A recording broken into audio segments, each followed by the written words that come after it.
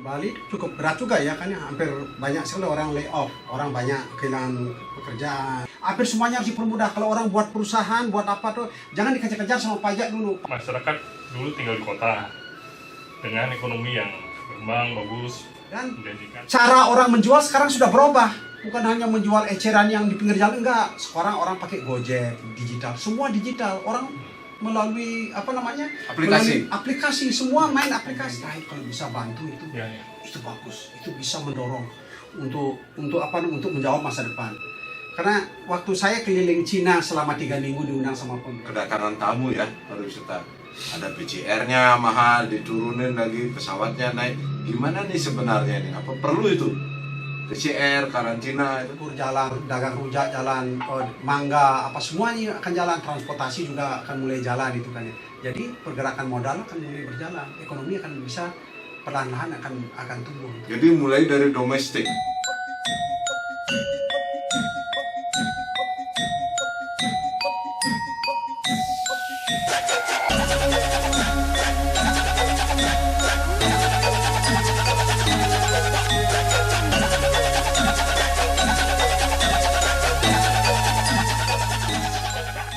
Salam Tocer. Salam Tokcer. Ya, Tocer. Sore hari ini saya kedatangan tamu Pak Putu Swaste dan Mas Yoyo ya. Ya. Ya. Selamat. Kita di Pak Oles Channel untuk diskusi tentang ya ekonomi, kemudian tentang sosial budaya dalam masa pandemi ini. Nah, Pak Putu, gimana kira-kira potensi ini? Kita hampir sudah 1,5 tahun ya menjalani pandemi ini, ekonomi Bali bagaimana ini? Ya, sebetulnya ekonomi Bali cukup berat juga ya, kan ya, hampir banyak sekali orang lay off, orang banyak kehilangan pekerjaan, ya, hotel-hotel banyak yang tutup, ya. Memang sekarang tuh maju adalah kelompok milenial digital itu kan ya, orang buat warung kopi dan lain sebagainya itu cukup lumayan cukup maju itu kan ya, karena orang suka crowd, iya. orang suka sesuatu yang baru, itu sebetulnya gini kan ya. Tapi memang daya tahan ekonomi Bali memang cukup menurun, cuma orang masih tetap bersabar. Itu hebatnya, orang Bali itu luar biasa sabar sekali itu. Sabar. Dan tahan Apa buktinya sabarnya kok banyak orang yang bunuh diri itu? Enggak, sebetulnya ini kan tidak ada demo yang berat-berat, orang iya. pemerintah apa, kemudian stabilitas terganggu dan lain sebagainya itu kan ya. Tapi kalau memang orang menuju pada titik akhirnya kan ini terganggu juga. Memang Iya. ini memerlukan, Kalau terlalu panjang ya. itu terlalu panjang. Tapi sekarang kan banyak tabungan, simpanan orang, deposito sudah banyak yang cair itu kan, karena upacara, karena kebutuhan dasar kan, basic need itu kan ya. Ini yang menyebabkan kayak buah simalakama. Oleh karena itu memang perlu terobosan, perlu pemerintah keluarkan goodwill, kekuasaan, bansosnya kemudian dikawal semuanya itu kan ya. Hampir semuanya harus dipermudah. Kalau orang buat perusahaan, buat apa tuh, jangan dikejar-kejar sama pajak dulu, pajak, sumbangan, apa tetap begini. Harus free semua, free support supaya ini Kasih semuanya bisa insentif. berjalan. Kasih insentif. Iya. Bank-bank bunganya rendah. Kemudian yang sudah berutang kemudian di stretch panjang, yang harus menyelesaikan yang 1 tahun karena pekerjaan tidak ada, dia paling tidak harus 5 tahun, 6 tahun. Gitu. Itu pengaruh ya. Berpengaruh itu karena kan berpengaruh pada modal, pada kapital kan ya. Itu beratnya. Ini yang membuatkan daya tahan itu. Tapi keuntungan kalau stabilitas tidak terganggu, ongkos sosialnya bisa tercover. Tapi kalau ongkos sosialnya terganggu, ongkos kehidupan menjadi lebih mahal. Itu masalahnya. Agak berat memang. Kira-kira Mas Yoyo ada informasi bagaimana masalah di bawah itu ya? Ya. Permasalahannya kan masyarakat dulu tinggal di kota dengan ekonomi yang berkembang, bagus, menjanjikan lah ya. Tapi keadaan sekarang kan mereka kembali ke desa ya, village ya. Di sana mereka berkebun, bertani, mereka dengan semangat. Tapi permasalahannya adalah setelah mereka bersemangat untuk bertani, kemudian nilai jual pertanian itu menjadi rendah. Dan bagaimana juga supaya masyarakat itu senang dengan bertani itu, sehingga mereka bisa masuk di fakultas pertanian, kemudian Indonesia yang terkenal dengan gemah limpah laut Sinawi bisa sejahtera dengan pertaniannya itu. Kira-kira pertanian bisa nggak mendukung ini? Sebetulnya secara ketahanan. idealisme bisa. Paling tidak sekarang pertanian itu bisa untuk memenuhi kebutuhan dasar. Itu dulu kan ya, sana pangan, papan itu itu mendukung. Tapi kalau menjadi bahwa pertanian menjadi kapitalistik, dia menjadi kapital ya, itu karena daya beli turun. Ini kan soal daya belinya turun. Harga pisang satu butir 1.000, biasanya harga pisang 2.000 3.000 satu butir itu. Sekarang kan turun karena daya beli turun. Daya belinya turun. Walaupun harganya tinggi, produksi terlalu banyak. Itu masalahnya itu kan. Makanya pemerintah ini, kita bersama, bukan hanya soal ekonomi kita kan bukan hanya pemerintah, tergantung pemerintah saja, tapi kita juga tergantung secara bersama-sama itu kan ya, untuk meningkatkan daya beli itu kan ya. Jadi bagaimana income kita tuh kemudian secara perlahan-lahan kemudian bisa bertambah itu kan ya. Sekarang yang paling tidak tergoda itu adalah kuliner itu kan ya. Jadi orang jual babi guling, orang jual soto, ayam dengan segala macam ini kan ya. Kemudian masuk pasar. Dan cara orang menjual sekarang sudah berubah. Bukan hanya menjual eceran yang di pinggir jalan, enggak. Sekarang orang pakai Gojek, digital, semua digital. Orang melalui aplikasi. Melalui aplikasi, semua main aplikasi. Dagang, pembeli dengan yang membeli itu tidak pernah bertemu. Itu kan ya. Duit ditransfer melalui rekening. Barang datang ke rumah. Jadi nggak perlu keluar rumah lagi, keluar pekarang tidak perlu lagi gitu loh kan ya. Itu sebetulnya impact dari COVID ini. Gitu loh. Jadi orang lebih kreatif gitu kan ya. Tapi ini perlu waktu, hampir semuanya kan perlu waktu. Terus untuk ke depan peluang usaha apa sehingga kaum milenial ini yang digital marketing ya, orang bilang digital marketing, apa yang bisa menjanjikan untuk ke depannya? Sebetulnya begini, tidak bingung ya kemana arahnya. Kalau di desa itu Ya. memang perlu dibuatkan pusat informasi pertanian. Ya. Kenapa begitu? Karena petani tidak perlu harus menanam beras setiap hari, tidak perlu. Dia harus menanam barang-barang yang betul-betul dibutuhkan oleh pasar dengan harga tinggi. Dengan harga tinggi gitu misalnya. Misalnya dia tanam tumpang sari misalnya, dia jahe, kunyit itu apa yang masuk, kemudian lemon itu yang mempunyai kecepatan tinggi yang dibutuhkan oleh pasar, seledri itu yang kemudian dia tanam. Jadi setiap minggu dia panen. Bukan kalau padi ke 3 bulan 4 bulan baru panen, tapi ini orang bisa panen setiap minggu. Gitu loh. Jadi harus lebih cerdas, petani lebih cerdas. Untuk itu diperlukan pusat informasi di pedesaan. Kan BRI kan sudah sampai di desa. Ya. Jadi orang ceklik sana, barangnya dia kemudian dia kirim, uangnya sudah ada di tabungan itu, udah enak kan ya. Gitu. Jadi kalau itu stabil, Ya. negara juga stabil, kebudayaan juga stabil dengan cara seperti itu. Gitu. Pusat Ya, informasi pedesaan. Berarti multiple cropping ya istilahnya. Multiple ya, cropping, ya. betul, multiple cropping. Jadi pusat informasi perdesaan itu maksudnya apa? Seperti koperasi apa? Apa semacam apa gerakan apa kelompok tani? Sebetulnya kan pemerintah bisa buat listing di dalam informasi itu, di dalam aplikasinya itu. Dia kecil. Kalau Singaraja apa ini di mana orang nyari apa dan di mana gitu juga. Jadi orang siapa yang harus ditemuin dan semua. Kayak orang Google Play itu. Jadi itu pusat informasinya itu.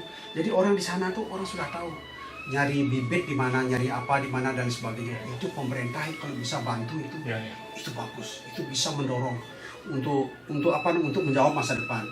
Karena waktu saya keliling Cina selama 3 minggu diundang sama pemerintah Cina, hal itu juga bisa terjadi seperti itu. Jadi orang di desa dia bisa jual ke tempat lain melalui aplikasi.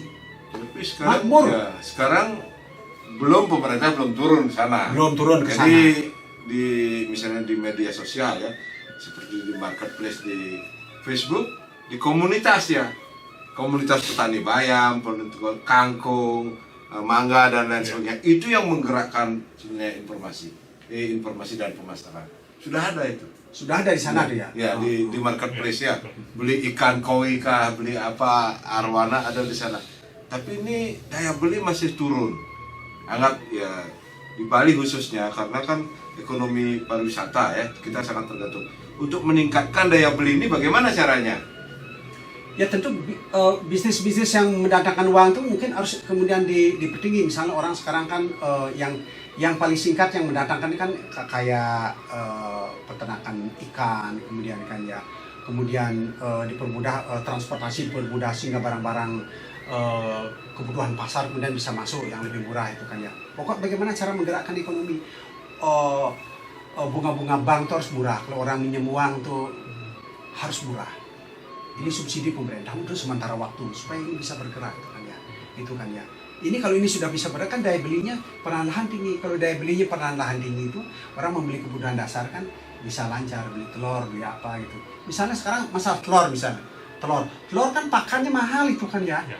Jadi kalau orang jual telur, semakin banyak dia jual telur, dia bisa rugi. Itu artinya pemerintah intervensi bahwa bagaimana caranya itu bahwa harga pakan ternak itu murah. Cari bagaimana caranya itu kan. Mungkin pajaknya harus lebih murah untuk masukkan untuk sementara waktu saja gitu kan, supaya ekonomi bisa jalan. Itu. Jadi pemerintah mesti awas juga. Tapi kenyataannya sekarang telur itu murah dan diobral di pinggir-pinggir jalan Ya, tuh. betul. Gimana tuh kira-kira? Saya melihat pada awal pandemi telur meningkat. Mungkin karena banyak masyarakat yang beralih ke peternakan itu Pak. Ternak petelur. Overproduksi Ya, jadi overproduksi terus ya. kelihatan gitu. Karena tidak Pada diserap saat, oleh hotel. jumlah permintaan tetap Pak. Kelihatannya Ya. seperti itu. Tapi yang banyak berminat ke peternakan itu semakin meningkat. Akhirnya antara supply dan demand itu yang tidak seimbang. Jadi permintaannya tetap jadinya. Tapi produksi telur yang enggak. Dan meningkat juga terus itu dan juga kelihatan. yang banyak menggunakan telur itu kan banyak industri pariwisata, hotel-hotel Ya. ternyata Ya, tutup juga betul. semua kan. Ya. Jadi ini mungkin produksi bertambah, serapannya yang tidak bertambah itu juga kan.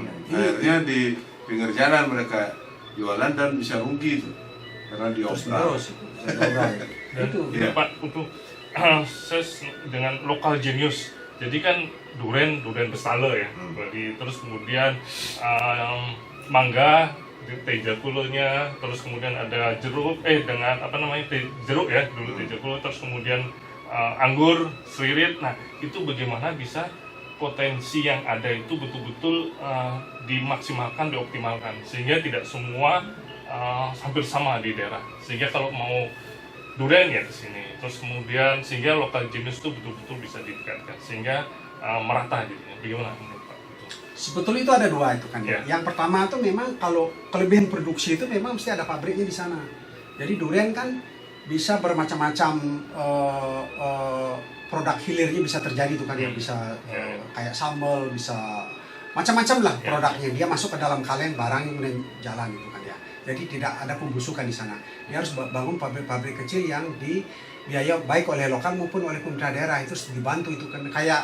Kayak mangga yang dibeleleng itu kan ya, di Tejokulo maupun di Kubu Tambahan, Bengkala itu kan kalau produksi itu sampai dibuang-buang, sama dengan rambutan itu kan.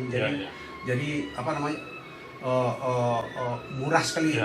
Harganya jadi murah sekali, harus dibangun itu di sana. Kemudian yang kedua itu memang harus off taker itu, pasarnya itu. Kalau pasarnya sudah ada di beberapa tempat yang berbeda, dalam waktu yang singkat barang sudah bisa sampai di sana. Off taker yang membeli itu, misalnya di Singapura, di mana-mana TTBG itu kayak. Ini mesti ada orang menggerakkan itu, baru dia bisa stabil. Jadi yang berkebun bisa menjadi enak, perantara menjadi enak, yang membeli juga menjadi enak. Jadi tiga tempat itu. Ini kan lain lagi kita masalahnya di tentang kedatangan tamu ya pariwisata. Ada PCR-nya mahal, diturunin lagi, pesawatnya naik. Gimana nih sebenarnya ini? Apa perlu itu PCR, karantina itu? Ya, ini kan ranahnya pemerintah ini kan ya. Asal kalau PCR terlalu mahal kan, harga terlalu mahal, orang tidak mau berpergian, maksudnya gitu kan ya. Pergian itu kan ya. Kalau di banyak tempat di Belanda, di Inggris itu tidak melakukan gitu kan. Tapi sekarang kan sudah dirubah. Sekarang pakai antigen aja, orang naik pesawat. Cuma antigen kan bisa 70.000 kan ya. Kalau dulu PCR itu paling ini kan 300.000 kan. Harga yang paling rendah kan 300.000, 275.000 kan ya. Dulu kan. Sekarang kemarin tuh kayaknya sudah ada perubahan itu kan, karena banyak orang mengeluh itu kan ya. Jadi kalau itu bisa terjadi, ini akan ada pergerakan modal masuk kalau ke Bali itu kan ya. Dengan jumlah wisatawan domestik banyak masuk ke Bali, akan semuanya bergerak. Ya, artinya apa? Dagang bergerak di banyak tempat, tukang cukur jalan, dagang rujak jalan, mangga, apa semuanya akan jalan, transportasi juga akan mulai jalan itu kan ya. Jadi pergerakan modal akan mulai berjalan, ekonomi akan bisa perlahan-lahan akan tumbuh. Jadi mulai dari domestik ya? Mulai dari domestik kan ya. Kalau luar negeri kan walaupun ini dibuka, tapi banyak dari negaranya tidak mengizinkan orang keluar dari negaranya, kan itu masalahnya kan. Australia tidak mengizinkan, Selandia Baru walaupun dibuka di Indonesia tidak mengizinkan warga negaranya keluar dari negaranya, kan itu masalahnya. Buka aja, tapi yang di sana tidak dikasih ini. Orang pesawat saja nggak ada dari sana ke sini, gimana? Pesawatnya tidak ada izin lagi ke sini. Nggak ada izin lagi ke sini. Jadi artinya kapan ini kira-kira bisalah masuk dari luar negeri, prediksi Pak Abdul? Kalau ini mungkin dalam waktu yang singkat ya, 1 bulan 2 bulan ini kayaknya sudah mulai landing gitu kan. Asal tingkat orang terinfeksi COVID-nya turun dan ini kemudian digitu dengan WHO, jadi pemerintah luar tuh merasa firm, merasa yakin, merasa nyaman bahwa Indonesia tuh aman untuk dikunjungi. Mereka kan takut juga karena ongkos kalau orang terinfeksi di negaranya kan mahal sekali kan, karena banyak kota itu kemudian langsung diisolasi. Itu masalahnya itu. Mereka takut keluar itu, nggak peduli dia. Itu kan. Sekarang apa mereka bisa misalnya boleh masuk misalnya ke Bali? Misalnya dari mana? Dari Belanda. Apakah mereka punya uang? Kelihatannya pengangguran juga di sana.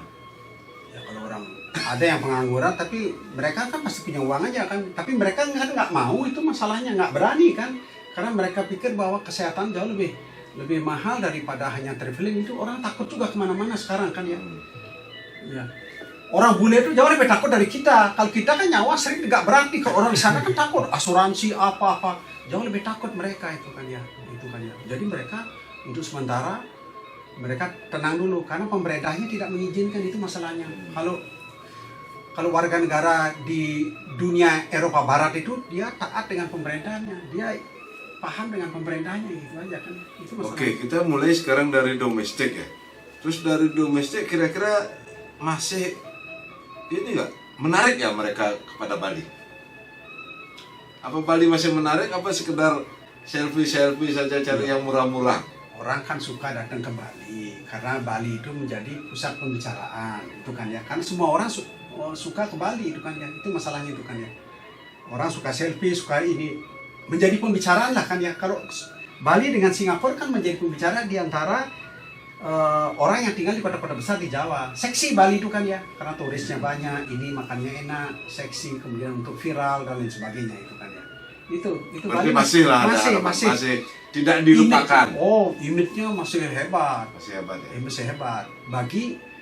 Bagi pelancong-pelancong masif. Kalau pelancong-pelancong individual, traveler individual kan sudah selesai lah Bali itu kan. Sudah biasa lah ya. Sudah biasa lah, dia suka Kalimantan, ini tempat-tempat yang lain kan. Gitu. Yang masif itu maksudnya yang banyak. Yang banyak. Orang pakai bis, pakai itu. Jadi orang traveling rombongan itu kan. Kan Bali menjadi seksi. Karena infrastrukturnya siap. Hotelnya bagus, murah, kemana-mana gampang, informasi gampang, internet gampang, itu kan semuanya gampang, itu kan, makanan gampang, itu kan ya, itu masalahnya itu kan ya, itu persepsi publiknya masih cukup bagus untuk Bali. Gimana tuh Mas Yoyo? Pengalaman kan sering ke traveling ke tempat desa-desa tuh. Ya sekarang trennya mereka ke desa ya, jauh ke pedalaman, terus camping atau apa di Namani, di Bedugul atau apa, dan banyak mereka ke Bali, terus berapa lama ke Bali, kemudian mereka ke Nusa Penida. Jadi senang kelihatannya ke Nusa Penida, Nusa Lembongan di sana mereka. Ini domestik? Ya domestik banyak yang ke sana. Jadi menggerakkan juga ekonomi di Bali jadi dengan domestik kedatangan. Apakah kalau dengan domestik saja ekonomi Bali bisa normal? Apa baru 50%? Sebetulnya domestik kan nggak banyak itu kan ya. Misalnya yang Jawa kesini kan dia bawa nasi bungkus, gimana ekonomi bergerak kan, dia bawa nasi bungkus di bis itu kan, memang nasi bergerak kan ya. Tapi ini sebagai stimulasi bagus. Sebagai pancingan. Sebagai pancingan bagus, stabil itu kan. Karena kalau yang luar negeri, kalau skala penuh datang itu kan sudah paling tidak 10.000 kan ya. Kalau dulu kan rata-rata itu 6.000 ke atas itu kan ya. Itu uangnya kan banyak. Paling tidak orang menghabiskan minimal 150-200 dolar per hari itu kan ya. Tinggal dikalikan aja kan, begitu pergerakan uang setiap hari itu kan ya. Bisa 10 juta dolar itu kan ya.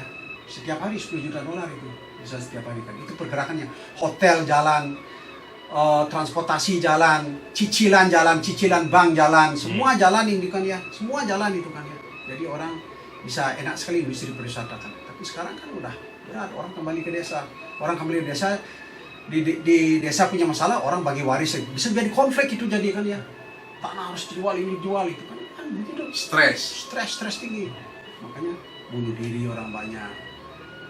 Makanya upacara-upacara besar-besar kemudian hilang. Untung ada COVID ini kan, upacara-upacara besar tidak terjadi lagi itu kan ya. Itu. Memang masih jalan panjang ya. Tapi Jalan. kita harapkan masih ada Optimis. Kita optimis mesti ya. optimis. Optimis. Semangat, optimis. Oh. Yang penting jaga kesehatan dulu kan ya. Jangan sampai di wrong clue dulu kan ya. Hindari wrong clue dulu kan. Ya, Mas Jaya gimana? Optimis masih? ya optimis Pak. Harapan saya karantina tidak ada lagi. Karantina tidak ada, lebih baik itu tidak ada, semua sehat sehingga bisa traveling kemana-mana saja. Kan ada beberapa negara saya baca sudah tidak ada karantina. Semoga ke Bali lah atau Indonesia tidak ada karantina lah ke depannya. Karena dari WHO sampaikan semua kembali masyarakat. Gitu. Jadi jawabannya seperti itu kembali. Bagaimana menurut Pak? Sebetulnya, tapi kalau tingkat infeksinya turun itu Ya. itu sudah enak. Jadi kepercayaan masyarakat bertambah, kemudian kepercayaan publik dan luar negeri kayak WHO itu kemudian bertambah. Jadi mereka ini akan menginformasikan bahwa Indonesia Bali aman itu. Apalagi 2021 akan ada 2022 akan ada G20 itu kan. Iya, Pak. Nah, itu ajang yang luar biasa sekali. Jadi Iya. orang semua pebisnis Bali harus siap menyiapkan diri itu kan. Karena banyak sekali yang kemudian yang akan datang itu kan ya. Ini sekarang hotel-hotel yang istilahnya dibiarkan terlantar tuh bagaimana mereka harus menyiapkan lagi? Harus dibantu apa gimana? Ya, sebetulnya udah banyak yang berat, makanya perlu intervensi pemerintah untuk strap utang ini kan ya. Mereka kan nggak mampu bayar bunga aja nggak mampu. Karena apa? Karena perputaran ekonomi nggak ada itu kan ya. Jangan petugas pajak jangan galak-galak itu aja ya kan ya. Kan sering petugas pajaknya galak-galak itu kan ya. Karena dia lihat kenyataan bisa menjadi masalah keamanan itu kan ya. Orang marah semua ini, orang sudah mulai marah-marah ya di mana-mana itu kan ya. Jadi memang harus dipanjangkan dulu sedikit. Kemudian kalau sudah tamu-tamunya mulai masuk ya baru penagihan itu akan bisa dilakukan. Pelan-pelan lah ini kan. Ya pelan-pelan. Semua. Kita harus sabar. Ya. Sabar. Dari bawah, menengah, atas juga harus bersabar menghadapi pandemi COVID ini. Ya. Oke, terima kasih waktunya. Mudah-mudahan kita sehat Ya, dan bisa ya, kita bertemu sehat ya. Ya. Harus sehat. dalam kesempatan selanjutnya ya. Salam dokter. Salam dokter.